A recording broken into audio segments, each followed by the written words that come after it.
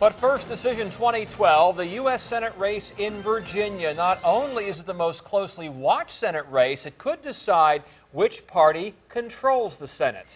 The stakes couldn't be higher, and an ugly issue from 2006 is back in this race 6 years later. Andy Fox is here with that. Andy. The hour-long debate in Northern Virginia between these two guys includes several issues, including gay marriage, role of government, tax codes, affordable health care. But the issue we focus on tonight, defense cuts, and a question George Allen was asked concerning what cost him his Senate seat back in 2006.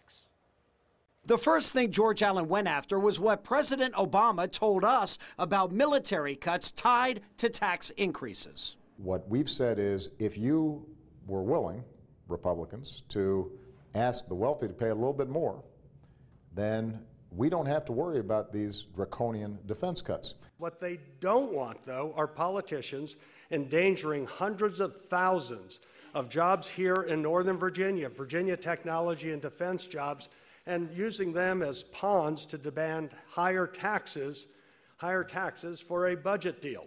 Tim Kaine supports the president's plan to avoid the draconian cuts. Let the Bush tax cuts expire as planned, over $500,000, fix Medicare, take away unnecessary subsidies. Then you get a $100 billion annual cut down to $23 billion in savings that I know we can find. Another issue was George Allen himself.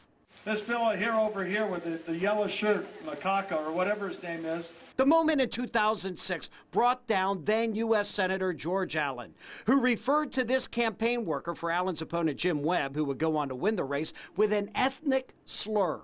That was a mistake. I apologize for it. I never should have drawn that young man into the debate. He had a hard job to do following me around. Kaine used the debate to remind Allen what Kaine thought was the most offensive part.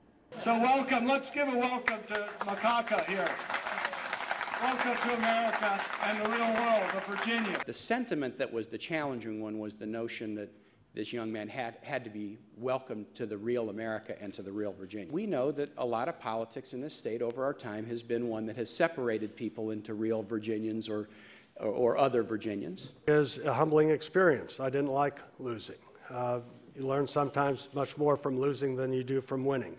One of the things that my father always taught me, and anybody who is in sports would say, when you get knocked down, you get back up. Kaine went one step further, reminding Allen of what he called his divisive nature when Allen served as governor. And George, you famously said when you were governor that you enjoyed knocking Democrats' soft teeth down their whiny throats. And you didn't say it with a smile either. Allen seemed ready for the quotes from history. He had a few of his own. If Tim Kaine is looking for a role model for his term as Virginia's chief executive, George Allen's term as governor was one of the most consequential in the 20th century.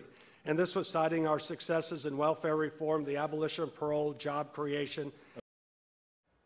And he was referring to a newspaper article. Yesterday, 3 reputable polls were released on the Virginia Senate race. And when you average all 3 polls, the head-to-head race shows Tim Kaine with 50% of the vote and George Allen with 43% of the vote. This is the biggest lead either candidate has had. I'm Andy Fox, 10 on your side.